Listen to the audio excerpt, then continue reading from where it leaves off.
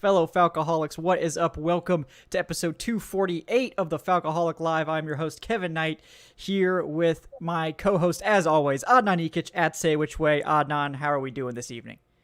Doing well. We're trudging along through the July days, and we're just a couple weeks away now. We're going to be talking about some training camp stuff today. I'm excited. I'm very excited. I am just wishing July away. Yeah, we're getting closer and closer, which means it's time for training camp talk. And I can't think of anyone better to get into some training camp nitty gritty than Aaron Freeman at Falc Fans. Aaron, it's been we had a little hiatus, for the dead zone here, but we've got you back on now, just a couple weeks before training camp. How are you doing? I'm doing great. I appreciate, Kevin, you having me on. You're the only person who I feel like can out nerd me when it comes to roster stuff. So I feel like I'm in a great place. Yes, this is a safe space here. You can talk about Clifford Chapman's chances of making the roster if you want. And someone here will have a vague idea of who that is. So it's really a great place for those sorts of discussions. But yeah, guys, as you can see from the title today, we're going to get into the offense, some of the most interesting battles we're going to be watching on offense, some of the players that we're interested in hearing from, seeing more from, and we'll just sort of take it where it goes tonight. Appreciate everyone. Go ahead. Just some background. Aaron, a few weeks ago, we did do our record predictions, and you're more than welcome to provide yours as well. But Kevin, Eric, and myself all said that the Falcons would win double-digit games. Spring hope is eternal, and the viewers said that we were being a bit too positive. So of course we had to balance that out by bringing you onto the show. Absolutely. We'll see if I can give a record prediction, although I don't know if I'll be too far off what you guys probably had. Yeah, no, I mean, well, last year we were all, we still predicted losing records. I think we all did. So it's not like we're crazy homers predicting double-digit wins every year. Too. Yeah, we got attacked for being too negative last year, and now now we're too positive. Exactly. So we're gonna get into it, guys. Lots of stuff to talk about. Before we get into that, though, do want to read you a couple of messages from our sponsors. First of all, Bet Online. Today's show is brought to you by betonline.ag, your number one source for all your betting needs. You can get the latest odds, lines, and matchup reports for baseball, boxing, golf, and more. Or perhaps feeling overly confident in the Falcons or liking some other NFL futures bets. You can get on those right now before the rest of the league catches up after training camp. But no matter what bets you guys decide to make, BetOnline is your sports intel headquarters this season, as they've got you covered for all your insider sports wagering needs. BetOnline is the fastest and easiest way to get your betting info, including live betting options and your favorite casino and card games you can play right from your home. So head to the website today or use your mobile device to get in on the action. And be sure to use our promo code BELIEVE, that's BLEAV, just like the network, to receive your 50% welcome bonus on your first deposit. Bet Online, where the game starts. And of course, everyone's favorite ad, and I know Jason Gaines in the chat already mentioned it, that now Aaron can critique my Blue Chew ad here. But guys, it is Blue Chew, and today's show is of course sponsored by Blue Chew. Guys, I know it can be awkward, but let's talk about sex. Remember the days when you were always ready to go? Now you can increase your performance and get that extra confidence in bed. Listen up, BlueChew.com. Blue Chew is a unique online service that delivers the same active ingredients as Viagra, Cialis, and Levitra, but in chewable tablets and at a fraction of the cost. You can take them anytime, day or night, so you can plan ahead or be ready whenever an opportunity arises. The process is simple. Sign up at BlueChew.com, consult with one of their licensed medical providers, and once you're approved, you'll receive a prescription online within days. The best part? It's all done online. No visits to the doctor's office, no awkward conversations, and no waiting in line at the pharmacy. Blue Chew's tablets are made in the USA and prepared and shipped direct to your door in a discreet package. Look, guys, Blue Chew wants to help you have better sex. Discover your options at BlueChew.com. Chew it and do it. I still can't get through that line without cracking a smile, so great job there, Blue Chew. But we also have a special deal for our listeners. Try Blue Chew free when you use our promo code BUCKET, that's BUCKET, at checkout. Just pay $5 shipping. That's BlueChew.com, promo code BUCKET to receive your first month free. Visit BlueChew.com for more details and important safety information. And once again, we thank Blue Chew for sponsoring the podcast. So, Aaron, what do you think? How would you rate my? I don't know if I can match yours, because I don't think I can ever beat. Speaking of Rising Up, I think that was pretty legendary. But I forgot about the Rise. Yeah. That was my favorite one. That was my favorite. It was pretty good. Yeah. I'll give you a B+ on that one. Okay, I'll take it. I have to live up to your standards, so there's no chance of that. But No awkward conversations for you guys. The only conversation that will be had is by us on the yes, show. exactly. So we get to deal with the awkwardness. Yeah. Well, we're pulling that albatross from your guys' neck on that one. Yeah. Joe Schmo says it's too late for the Falcons to change their battle cry to chew it and do it. Not yet. We could get that going. Maybe we can work that into some like preseason name. We'll hit up Greg Jukes. We'll pitch him the idea. Yeah. Blue Chew, hit up the Falcons. Maybe we can get something going official. So, guys, okay, we will get to some actual football talk now. Yeah, well, Aaron, you are a guest of honor. I don't know if you have a particular battle you want to cover first. I'll give you the first opportunity to shoot your shot. Which group or which particular battle or players are you most interested in seeing on offense this year? Well, since you're giving me the floor, Kevin, this is my golden opportunity to talk all about Felipe Franks. I knew it. I mean, to me, on offense, probably the most compelling battles are going to be on the offensive line. For some of those depth roles, like the swing tackle position, is Jalen Mayfield on the bubble? Is Justin Schaefer on the bubble? Is Javon Gwynn on the bubble? It feels like at least one of those offensive linemen that we drafted over the last 3 years is going to get cut this summer. And the swing tackle position is definitely up for grabs in terms of, who's there. Is it Joshua Miles? Is it can't even think of the other players. Josh Miles, some other guys. Barry Wesley, Ethan whoever Greenidge, else. the slander. Yeah. I'm honestly blanking on who else. Tyler Vrabel. There's one other guy, but is Jalen Mayfield going to be in the mix there? Barry Wesley. Yeah, Barry Wesley. Yeah. There you go. XFL star. Yeah.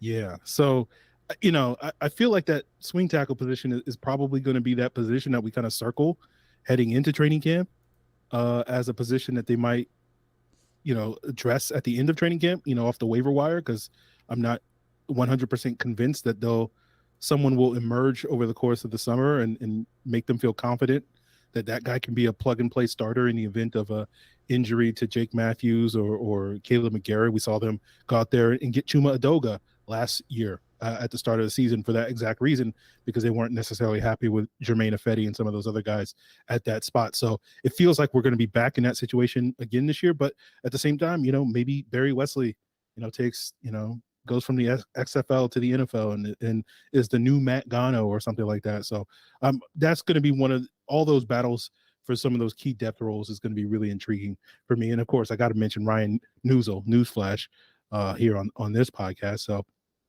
yeah, all those guys are going to be really, players that I'm focused on throughout the summer. Yeah, I think the offensive line is one of the more intriguing ones. And did you even mention left guard? Yeah, I mean, I figured we were going to talk about the starting job. Yeah, we could. Yeah. I know you're more interested in the depth guys, as you said, right? Yeah, I mean, it's you know me. I love a second and third string roster battle. So I mean, yeah. Oh, starter? Who cares about the starters? Give me the third string guys. Yeah, exactly. Those are the ones that we're going to end up having to play, right? So, but no, so far so good on that front. But no, I think you brought up a lot of, honestly, some of the unheralded battles, because a lot of people, I think, figured that people would just go for the low-hanging fruit of like wide receiver. But I think the most impactful, because I think wide receiver 1 and 2 are set, wide receiver 3 is probably set. So it's like, how impactful are the battles there? Like, really, if we're talking about wide receiver 4 through 5 or 4 through 6. So I think you're absolutely right that the more important battles are actually on the offensive line. Left guard, more low-hanging fruit. That's like one of the only true battles for a starting position on the offense. But I think also swing tackle is really important. And going in, I think we also just sort of assumed it was going to be Jermaine Ifedi, and then they cut him. So now there's not really that veteran presence. There's no clear favorite anymore. And I don't blame anyone that can't remember which, offensive tackle depth guys they have. And, I brought this up on an episode a couple days ago that was, are they going to sign a veteran, like you said? And I sort of think that they probably will. I guess I find it hard to believe that they're going to be comfortable rolling with these guys as their actual swing tackles, but there's always a chance that one of these guys is that sort of Matt Gono type of player that maybe unheralded. I mean, I think Josh Miles, when he has played, has graded out decently on his couple hundred snaps or whatever. Ethan Greenidge was a guy that made the roster with the Saints a couple times but got hurt. So there's some intrigue there, but very little in the way of like proven talent. But yeah, let's start with swing tackle. We'll make people wait for the meat of the left guard battle. Let's start with swing tackle. Love doing this. Yeah, just really tease it out. Let me get another Blue Chew ad real quick. There's only one, folks. Relax. You could bring the children back in the room. But yeah, I think honestly that the big question is, who do they like best, and who, to me, I think I kind of lean towards Josh Miles because he has the most NFL experience. I know Barry Wesley has some fans, and I know Ethan Greenidge has maybe some guard flexibility, so that could help. And then, of course, like you mentioned, like Tyler Vrabel and Jalen Mayfield are also in the mix. I think everyone's just sort of written off Jalen Mayfield, but let me give Adnan a chance to weigh in here too. How interested are you in the swing tackle battle, Adnan? I'm thrilled. I'm just so exuberant right now. I can't wait. Mildly aroused, yeah. Yeah. And you would be much more aroused and mildly if you took on that Blue Chew ad. So yes, that's true. Nice. Blue Chew needs to give us more money, by the way. Yeah, we're really doing too much. We got to back off because we need to get the money code first. Yeah, you said promo code. Yeah. Well, we're really plugging this way. No, I don't think that the swing tackle of the regular season is on the roster right now. Just like with the running back, I think the team does want to carry a fourth running back because Caleb Huntley is going to be out for the season. And I know I'm going on a bit of a tangent, but I think swing tackle and running back, I think those are the two spots where we may even see a free agent signing. I'm expecting us to see a free agent signing by week 1, just because right and left tackle are set with Matthews and McGarry, of course.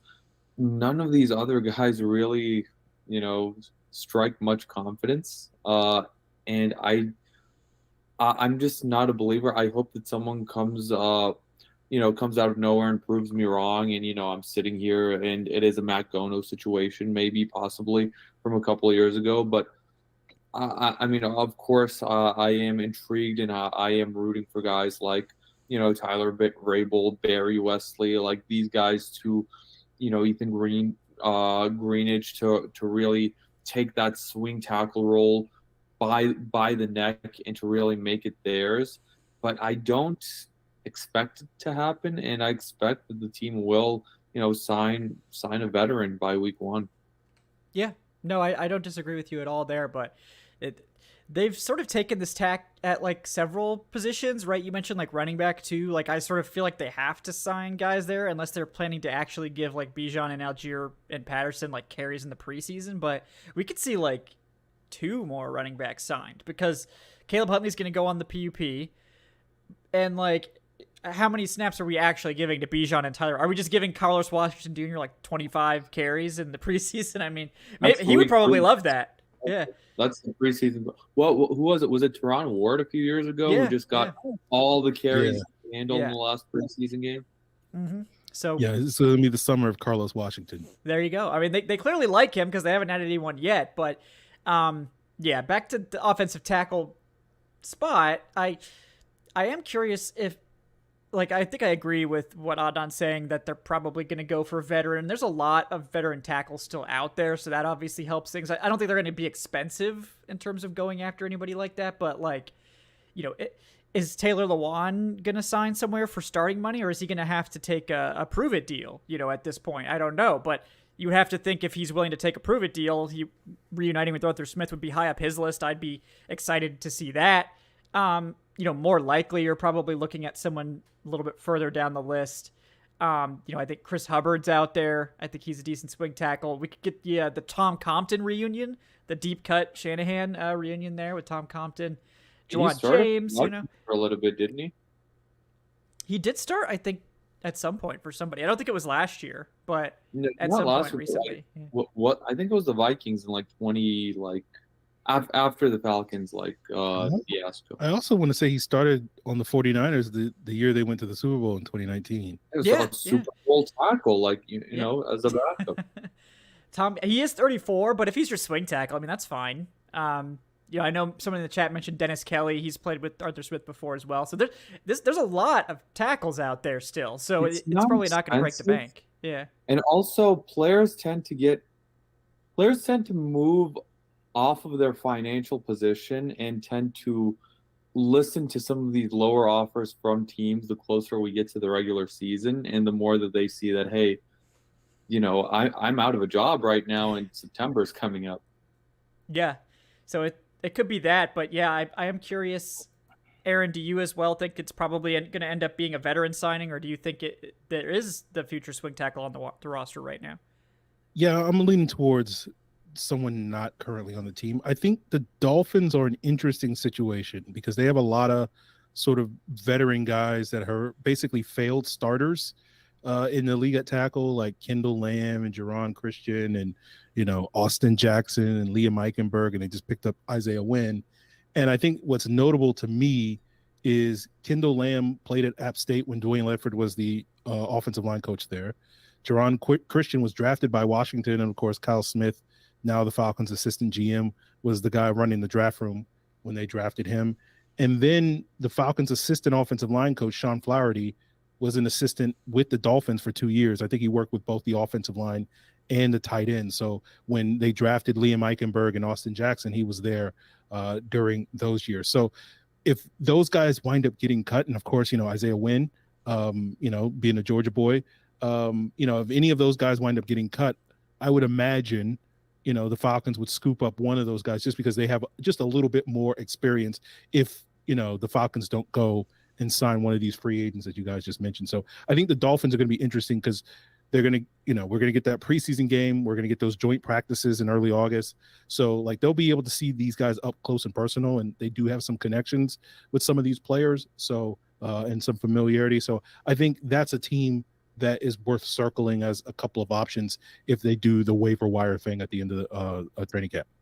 Yeah, I think that makes a lot of sense, and I would be surprised if we don't see at least some veteran addition, but it could be that one of these guys just really impresses, and I do wonder if you guys have a favorite of this group that you think is the most likely to sort of have a preseason breakout and prove themselves. I mean, to me, I think it would be Josh Miles because he does have that NFL experience, but Aaron, do you have a favorite of these guys that are already here? Yeah, I mean, Josh Miles has been the guy I've been circling all along just because when we signed him, he got guaranteed money and Jermaine Ifedi got no guaranteed money. And I was like, that's interesting. Why did they give guaranteed money to Josh Miles and not Jermaine Ifedi?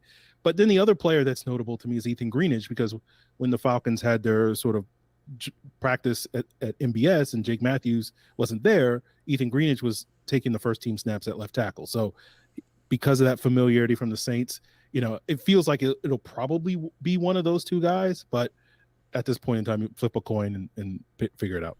Yeah, I agree. Adnan, do you got any thoughts, any favorites right now for that swing tackle spot? Tyler Vrabel, and not just because of the name, but it is sweet. Yeah, he was here last season throughout that training camp. He has been with the team for a while. He is familiar with the playbook, as as familiar as you need to be on the offensive line. But I mean, right now, if you were twisting my arm and said you have to pick one of these guys, the guy I would pick is most likely Tyler Vrabel. He was all right in training camp last year too. Like it wasn't a catastrophe. Yeah, no, that's true. Like I think he was solid I thought he would switch to guard because of his arm length, but they seem like they don't care about that arm length at this point. So, we'll see. The actual roster spot seems to be a tackle spot at this point instead of a guard. Yeah, so that brings me, of course, to Jalen Mayfield, who we can't get out of here without talking about. I mean, do you think this is the year? Like, does Mayfield stick, or does he get cut? I mean, I sort of think that he's probably going to the practice squad, but what do you think, Adnan? Do you think this is the year? Or? Yeah, I think this is it. I will...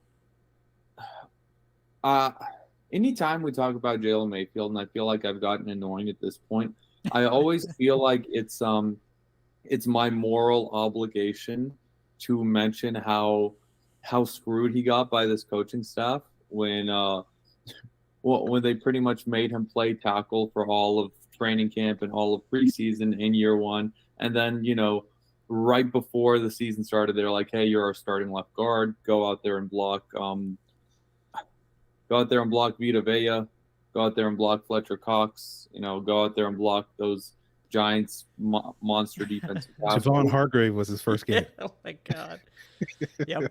Jeez. So I think Mayfield really got dealt a really shitty hand, and it was very avoidable, and I feel very bad for him. But that being said, he still did not perform. Last year, he started with the ones on day one, looked very bad, and then you never saw him with the ones again. He had an injury which sort of preserved his roster spot throughout the season, but I think out of all of the guys, all of those offensive linemen that you mentioned who have been drafted by this team over the past few years, feels like Jalen Mayfield has the least runway at this point, just because you've seen him in action. It hasn't been good. He didn't improve at all last year from what we saw. He didn't do anything that improved on year one, should I say. He didn't really play last year.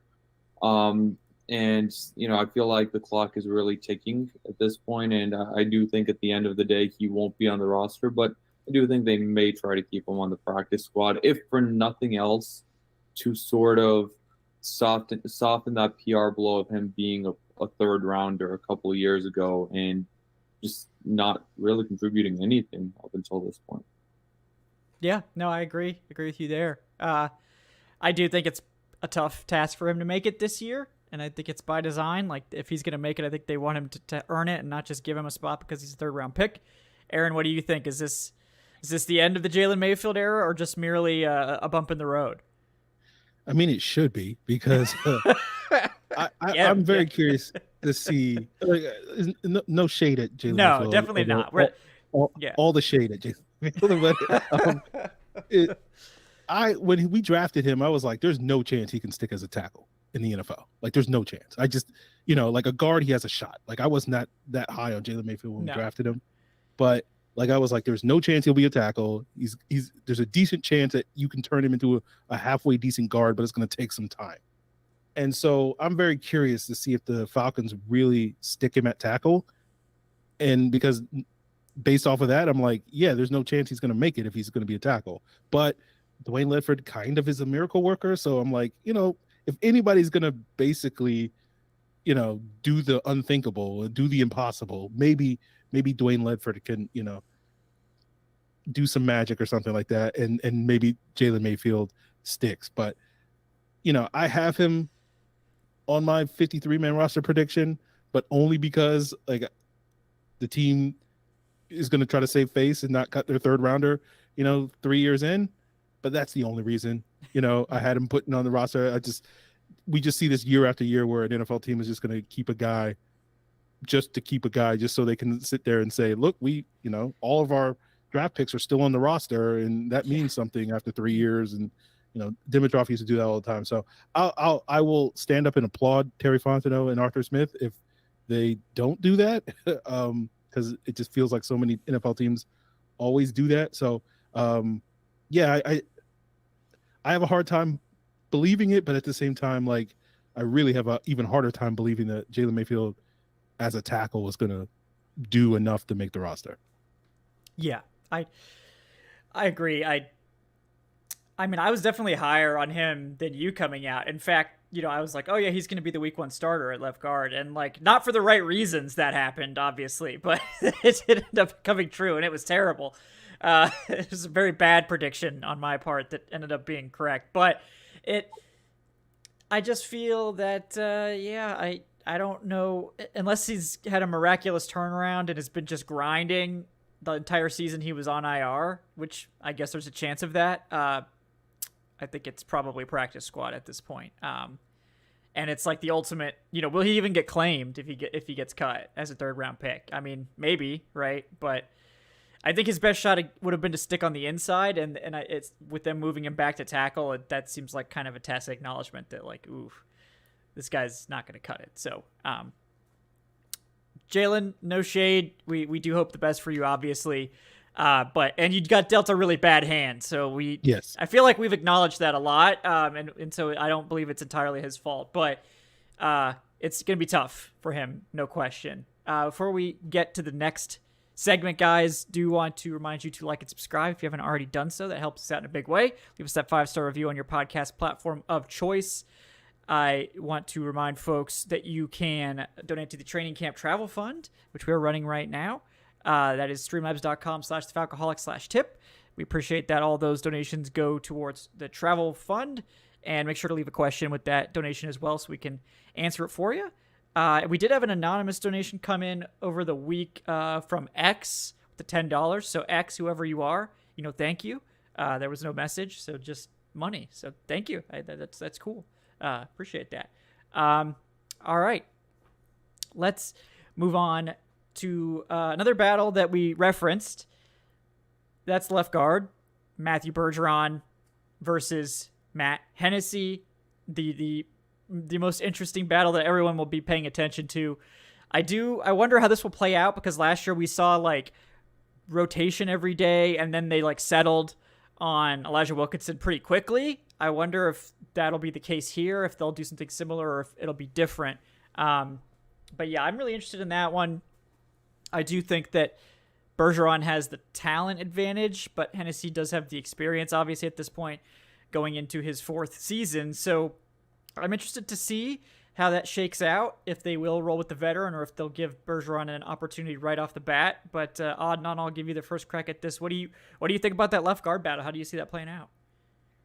I think it will be in the end, and I think they want it to be Matthew Bergeron, just because, just talked about the draft, the PR from drafting these dudes, and Matthew Bergeron, I think it's a bad look if you trade up in the 2nd round from where the Falcons were, and the guy you traded up for isn't even a day 1 starter at your position of need, quote unquote, that you drafted him specifically for. But overall, I think Bergeron is, I think he's more talented than Hennessy. I think Hennessy, like you said, he does have the experience. He's been here for a while, also a former day 2 pick, but I don't know. I feel like what Bergeron does. We've seen Matt Hennessy sort of struggle at that position, just strength wise, and I feel like Bergeron just will be a bit of a better fit. Not to say that it won't be. Not to say that he'll just be handed the job, but I do think that he will beat Matt Hennessy out, and I don't think that it'll be something like a Matt Hennessy versus Drew Dahlman rotations every single day, all the way down to, the final roster, the final depth chart right before week 1, and we're waiting to see who it's going to be. I think Bergeron will end up grabbing a hold of that left guard spot a little bit before then. Maybe not right away, but definitely a little bit after the first or second preseason game. We'll look at it like, yeah, this is Bergeron's spot to lose. And, I think Hennessy, if he doesn't end up winning that center battle, because I don't think Drew Dahlman will also be given that center battle, I think Hennessy will be given a chance to fight for that one too. And, I think whoever loses that battle will end up being the swing guard.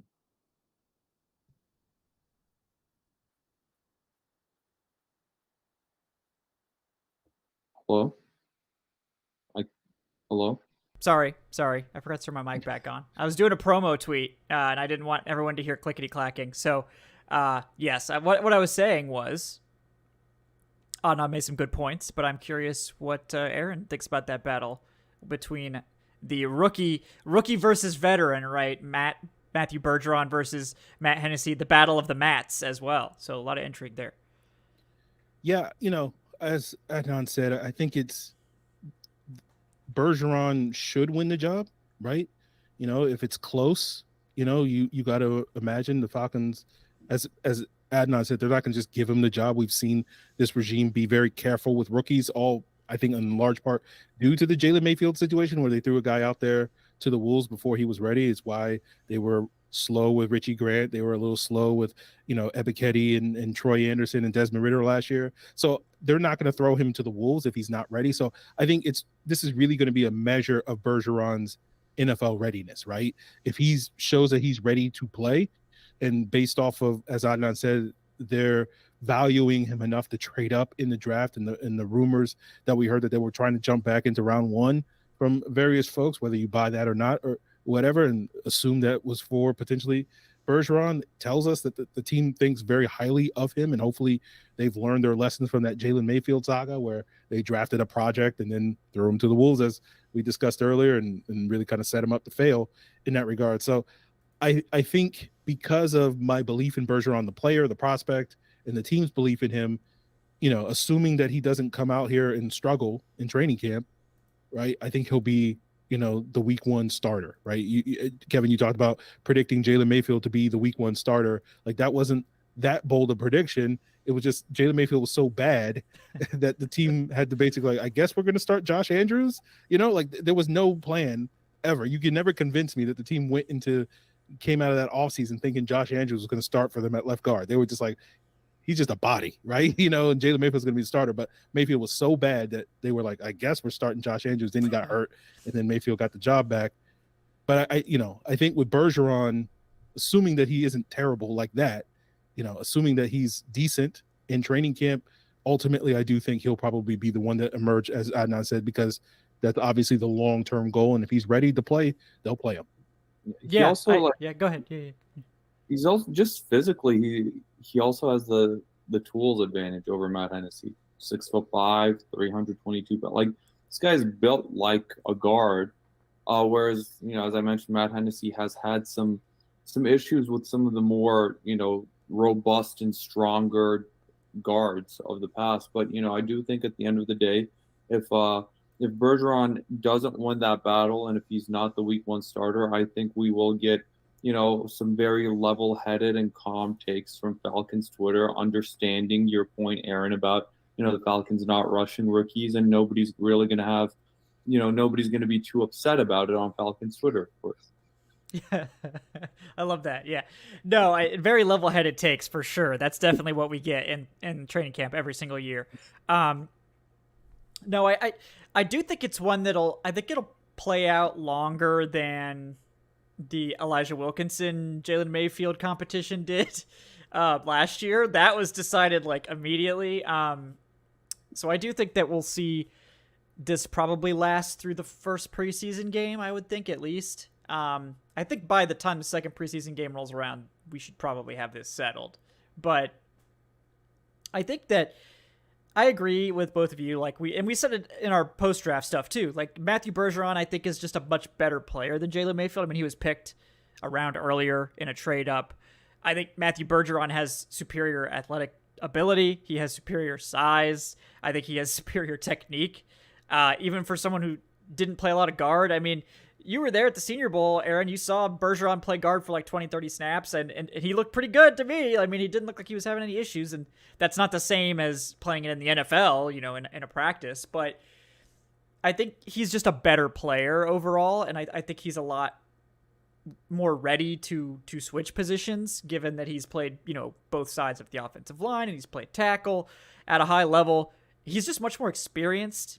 I think he had like over 38 starts or something at Syracuse, whereas I think Jalen Mayfield had like 14 starts in his college career. So very different situation. And I think the Falcons have learned from the Jalen Mayfield mistake, and they're not going to bother with trying to make Bergeron start out at tackle. Like, if you want him to play left guard, like let him play left guard immediately. Don't waste everyone's time with this other stuff in training camp. And, I hope that they've learned their lesson there. It seems like they have, and I agree with both of you that I think it will be Bergeron, but I do think Matt Hennessy will put up like a fight. I mean, I think Hennessy can be a solid left guard starter.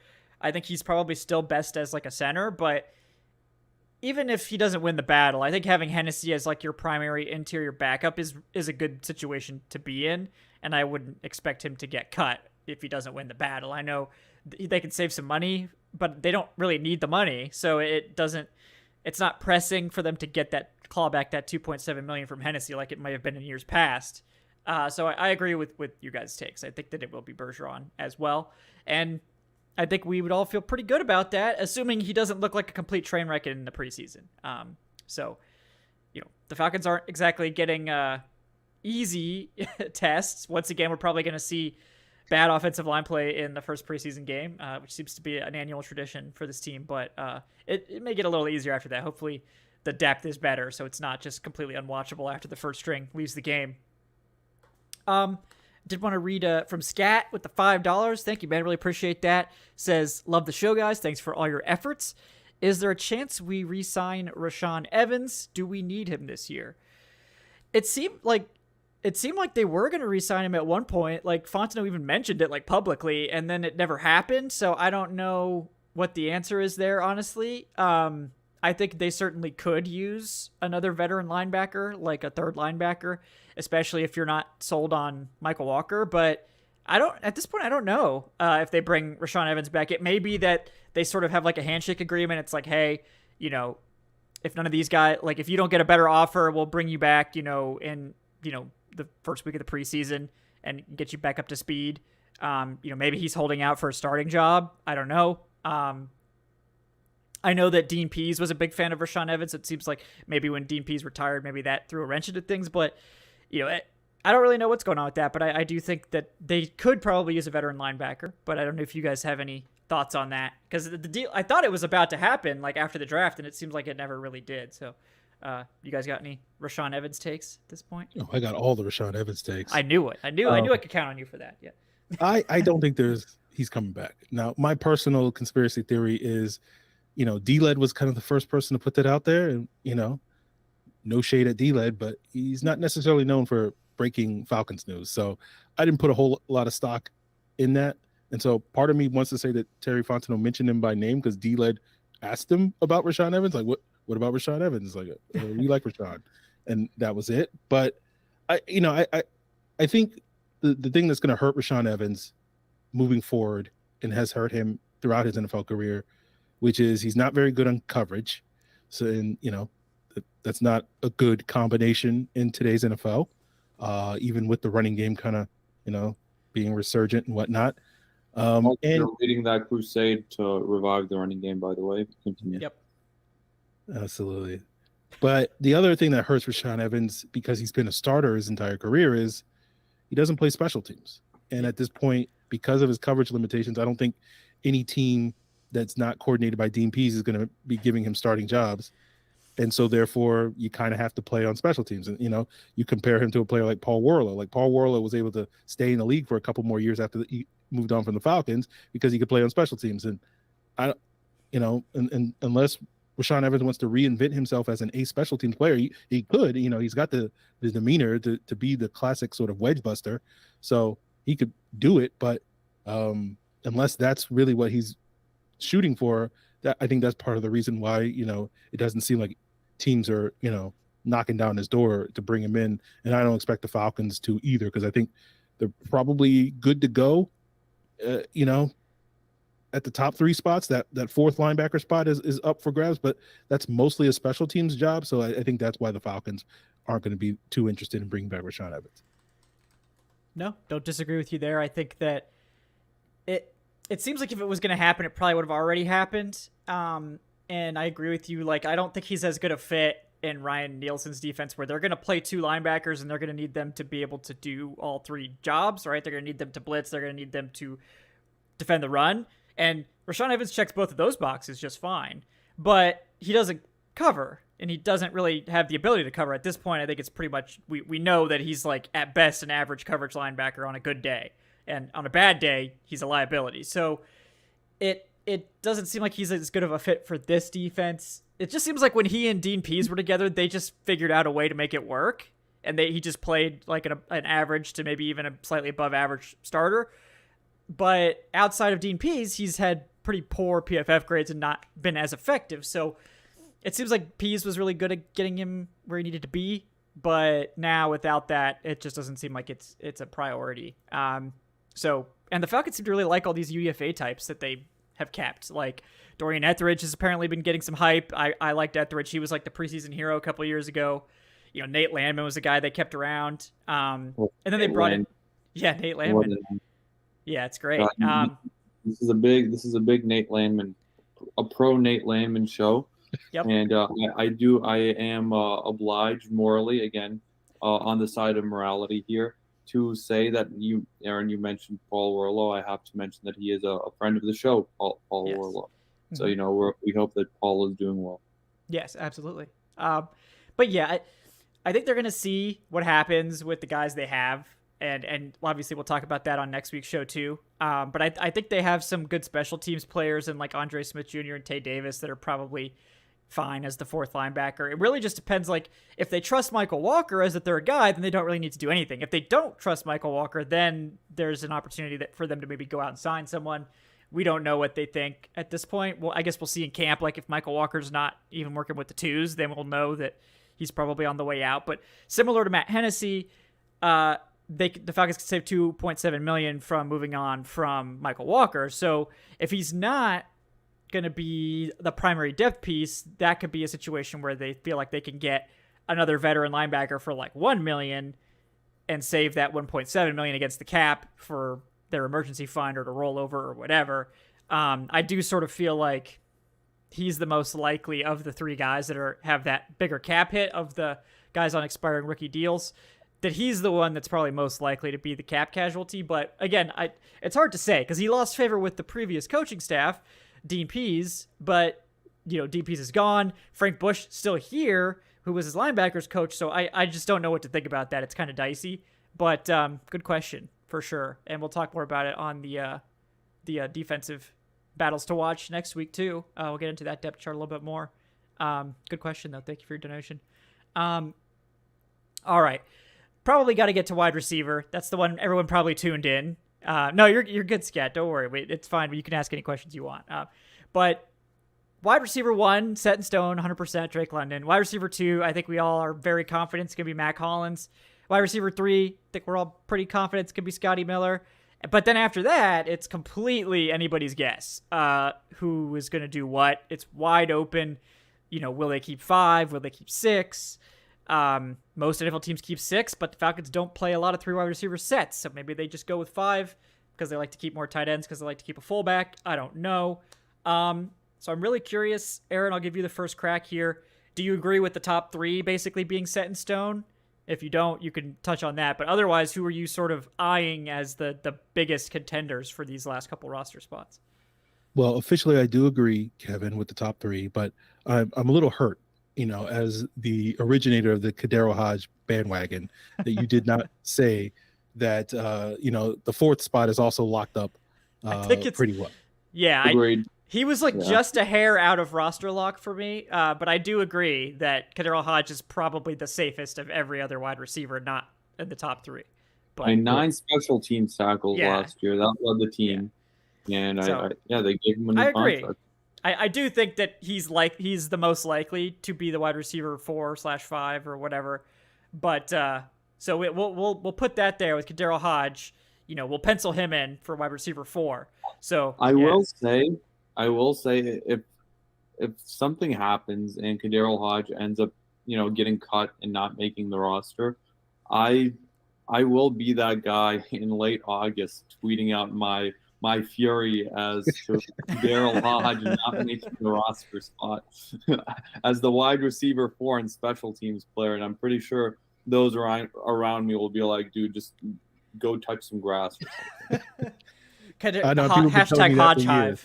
Yeah, because I'm that guy every year talking about some third string guy that the Falcons will rule the day that they cut. I got some Leroy Watson takes that we can dust off from last year. But we need to come up.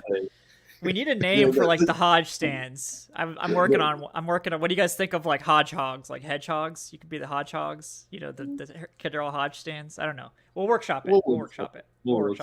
But that's my early attempt. Yeah. The Hodge hogs. Yeah. No. This team's going nowhere because they cut Kadero Hodge and now that's like Auden Tate. It's like Auden Tate last year. Yeah. So much hype for so little substance. But look, that first training camp practice was magical, And then unfortunately there was nothing else from Auden Tate after that. But we'll always have that one practice. Then he looked like he was moving in quicksand the rest of training camp. Yep. So, but yeah, I am curious. You know, it seems like opinions are all over the place. They brought in like 1 million guys, and they've been sort of shuffling this group. I know, obviously, JJ Arcega-Whiteside was like the big name as a former second-round pick. I know Josh Ali has kind of been maybe the one we should be paying more attention to. It seems like he's higher up the depth chart than people think. They brought in, Georgia State star Penny Hart, a couple of UDFAs. Frank Darby's still here. You know, Go Panthers. Yeah. Well, yeah. I mean, Kevin, I think I'm curious if you guys agree with this, but I think I went into the offseason thinking, oh, this is Jared Bernhardt's spot. Me too. Yeah. And then he retired, and then it was like, oh no, what's happening? I don't know what to do anymore. Yeah. Yeah. I mean, Josh Ali's probably the guy that I'd probably put out there just because he's going to be in the mix for that punt return job. Same with Penny Hart. So I feel like, assuming that like D. Alford or Mike Hughes doesn't win that punt return job, it'll be one of those wide receivers. And I think that will be sort of the deciding factor for that 5th wide receiver spot behind, the big 4 that include Kadero Hodge. But yeah, I think Josh Ali's the intriguing one just because I think he probably brings a little bit more potential on offense because he brings a little bit more size, and he did a lot of the things that Arthur Smith wants in a receiver. He was a big time yak guy at Kentucky. He also stretched the field. I think he was their primary deep threat over Wan'Dale Robinson when him and those two were starting 2 years ago. So certainly the Falcons could use another speed threat at that position. So I think Josh Ali's got an intriguing set of variables in his favor to potentially emerge as that guy. Yeah, I agree. I was sort of surprised because I'm sorry guys, I did not grind that Josh Ali tape this offseason. That's not something that was on my list. But you see OTA reports and you see and then they're like, oh, Josh Ali's playing like with the second team, like he's one of the main guys in punt, return stuff. So that to me obviously makes a big difference. They've brought in a lot of veteran guys. They've brought in some really interesting UDFAs. Like I love Xavier Malone.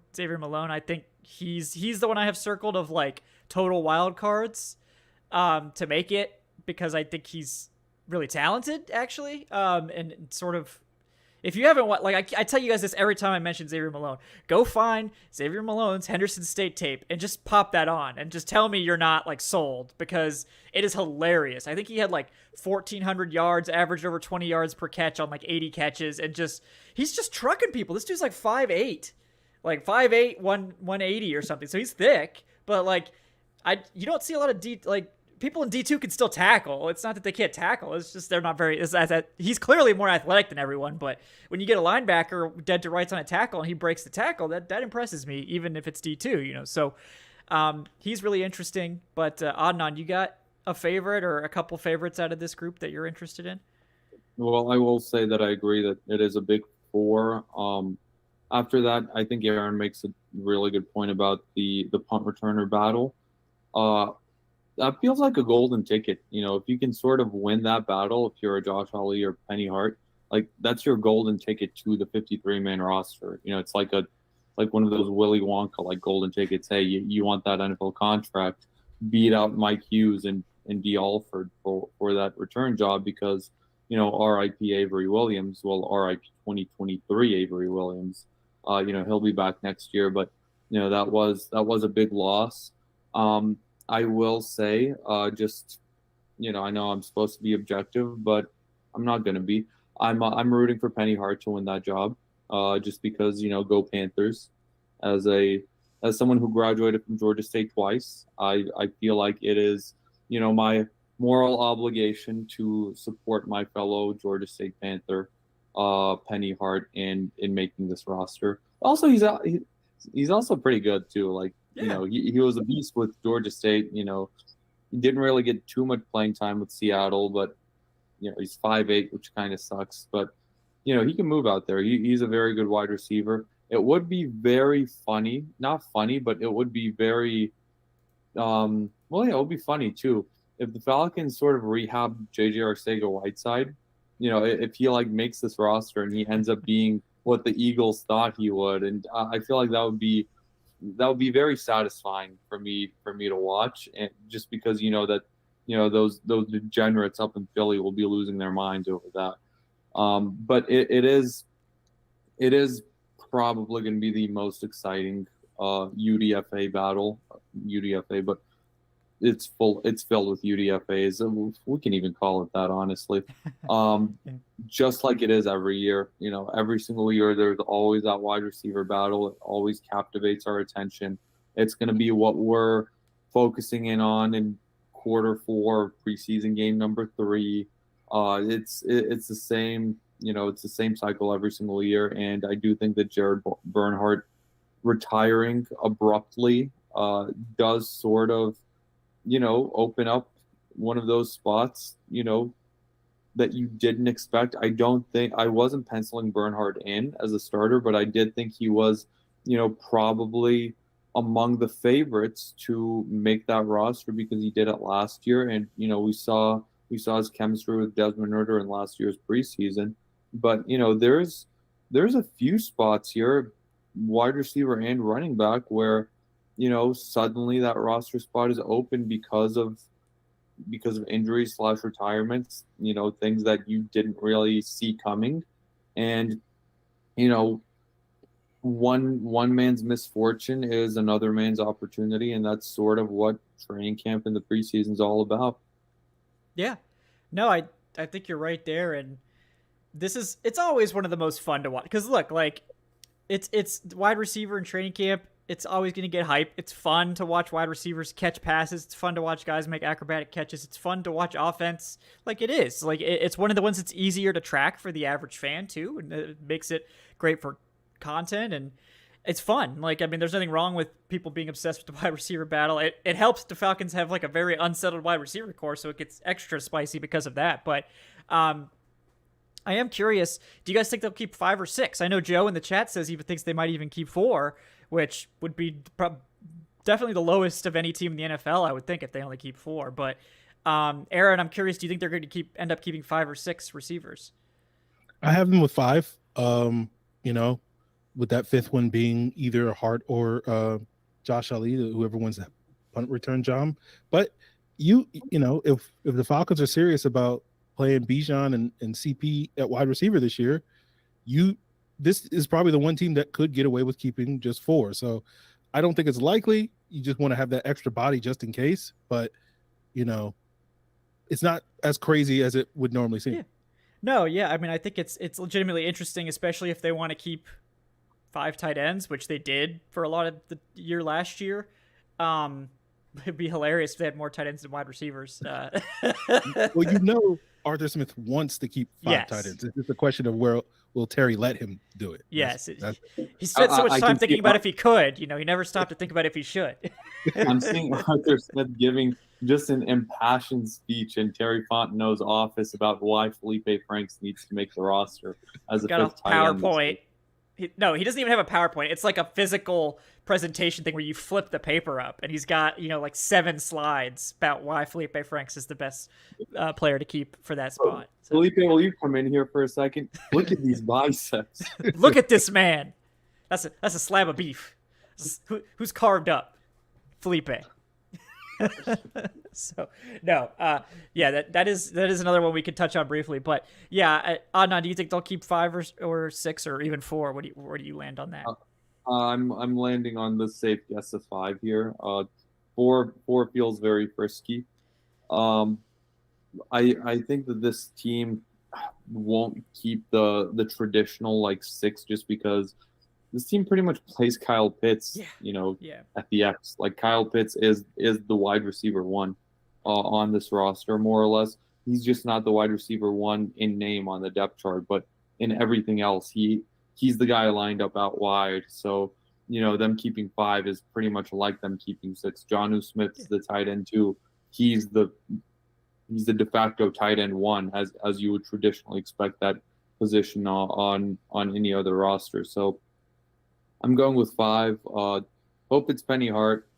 I can see it if it's Hart or Ali, whoever wins that punt. If one of those guys wins the punt return job, if one of those guys doesn't win the punt return job, then that sort of opens the door a little more for someone like an Arcega-Whiteside or someone like, a Xavier Malone, or maybe even one of these guys is good enough as a wide receiver themselves, and they showcase enough with the offense to make the roster outright, and then it's just a bonus having that backup punt returner on the roster just in case something happens. Yeah, no, absolutely, and I just got to go to bat for my man Zay Malone. I love that. I love that man's tape. So I hope that he does show out, because he seems like he'd be a lot of fun. But part of me wonders, like, also, like you mentioned, Kadero Hodge. I think we all think he's probably going to be one of the two guys they keep in addition to the top three. But I wonder if they go for, because, you've got Drake and you've got Mac Hollins, who are both that sort of big receiver. And then you got Scotty Miller, who's more of that speed, small, shifty receiver. And they got those kind of two archetypes on the roster right now. They've got one group of like the bigger guys, which has like JJ Arcega-Whiteside and, Josh Ali's a little bit bigger. And you've got, Chris Blair in that mix too, who was just signed recently. And then you've got the sort of smaller, shiftier guys, Penny Hart, Zay Malone, Frank Darby, Slade Bolden, Kylon Harris. So I wonder are they looking for another big guy, in which case maybe they lean more towards that Arcega-Whiteside mold, or are they looking for another speed guy to have two of those speed guys? Because I think Kadero Hodge is kind of versatile. Like, he can do a little bit of either one. He's just kind of that jack of all trades receiver. So I think that is one thing that's going to be interesting, is that would they like to have two speed guys and two big guys plus Hodge, or do they want more big guys, or whatever? So that I'm curious about that, if that helps someone like a Penny Hart or a Zay Malone have an advantage there. But yeah, that's just something to monitor. But yeah, is any other spots you guys want to touch on? I know, Adnan, you mentioned running back. Did you want to hit on that before we sign off here? Well, the only thing is I do want to reemphasize that I think that they will sign one of these veteran options. I feel like running back was one of those positions that was just straight up locked. Yeah. And now it's not because Avery Williams went down, but I definitely think that they're going to need more than three, just because they're having another running back will let them sort of plug and play Cordero Patterson wherever they want. He can go out there as a wide receiver, and Bijan Robinson as well. Like, they can sort of move them around. Whereas if you only have those three, you can't really do that as much. Caleb Huntley is probably going to be on the PUP list. We don't even know when Caleb Huntley is going to be back. We don't know if he'll be the same after he comes back, because the Achilles tear is one of the worst injuries that any position in football can suffer, let alone running back. It's been sort of a derailing injury, and we hope that that's not the case with Huntley and that he comes back even better than before. But yeah, I would be hard-pressed to imagine that the team doesn't make any signings at the running back position, at the very least for competition. Yeah. But we have 3 out of the 4, and there's one spot left. I just don't know who it's going to be, because I don't think that player is currently on the roster. Yeah, I agree with you there. There are a lot, there always are, but there are a lot of interesting veteran running backs out there. Obviously, you have the big names. I don't think the Falcons are going to be interested in any of those big name guys like Elliott, Cook, like Leonard Fournette, even like Kareem Hunt or those guys. I don't think they're going to go that far, unless those guys are willing to take like a cheap deal, but I don't think they will. So I think you go down the list a little bit to like Dontrell Hilliard from the Titans. I think he'd be perfect. Like Darrell Williams from the Cardinals is someone I've always liked. Darrell Henderson from the Jags. Also someone like Justin Jackson, most recently with the Lions. So, I mean, I think any of those guys would be ideal, sort of just depth running backs that can come in and play. So that's I do think we're going to get at least one more running back, maybe 2. I don't know if they'll both be like those type of veterans or if we'll get another UDFA in here, but I do think that we're gonna, because like they're not giving Carlos Washington like 25 carries, because I mean we're gonna have like Bijan and Algier and Patterson get like a handful of carries in like the preseason, and then they're gonna be gone. Like they're not gonna they don't need those guys taking carries and hits in the preseason. So I think it's just a matter of time until we see these running backs come in. But Aaron, what do you think about that group? Yeah, I do feel like it's likely at the very least they'll add a body just to get them through the preseason games, as you say, because Patterson ain't touching the field at all in the preseason, and Bijan will probably get the hook after one series, and yeah, so I don't really have any additional thoughts other than what Adnan shared at the running back position. I do think they'll probably shuffle that roster spot, and maybe we do get Carlos Washington getting 25 carries in the first preseason game, and if he runs for 150 yards, then we'll start that bandwagon up. Yeah, I mean, to be fair, like they've done this each of the last 2 years. They've just been like, oh, let's just bring in a bunch of UDFA's, and like the UDFA's are like great. It's like, oh, look, we got some players here. That's Caleb Huntley last year, right? So, maybe Carlos Washington's actually really good, and that's why they haven't added any more running backs. I don't know, but we'll see. I do think it's at least intriguing to see who they bring in, because they're going to bring in somebody. But again, whether that, I don't know why they haven't already signed Dontrell Hilliard, honestly. I feel like he just makes too much sense coming from the similar system too. So we'll see who ends up coming in. But guys, thank you all so much for tuning in tonight. We really appreciate everyone for hanging out with us here on the Falcoholic Live. Want to thank my great guest this evening, Aaron Freeman at FalcFans, host of the Locked On Falcons podcast, and occasional contributor at the Falcoholic. Not that we're expecting much in the depths of July, Aaron, but occasionally you see some bangers. He's got some bangers on the Falcoholic from time to time. So I've had a wide receiver article in draft for like 3 months, so maybe I'll finish that. It's coming, it's cooking, it's baking. Sometimes you gotta let it rest, right, before you serve it. Yeah, you just. By letting it rest, I completely forgot about it for 2 of those months. So yeah, that's fine. Yeah, but either way, Aaron, let the people know where they can find you and then what you got going on. Well, I'm not on Twitter as much anymore. I'll probably pop back on when training camp starts. But between now and then, if you want to follow me on Twitter, by all means do so at FalcFans. But more than likely, you can get my thoughts on the Atlanta Falcons each and every day on Locked On Falcons podcast, on YouTube, wherever you get your podcasts. Yeah, absolutely, guys. Check that out. And then, of course, my co-host, Adnan, you get at Say Which Way. Adnan, looking forward to getting down to Atlanta and hitting training camp with you. But in the meantime, anything else you got going on you want to let the people know about? Oh, yeah, I'm working on a Kyle Pitts fantasy football preview article that I think will be going on.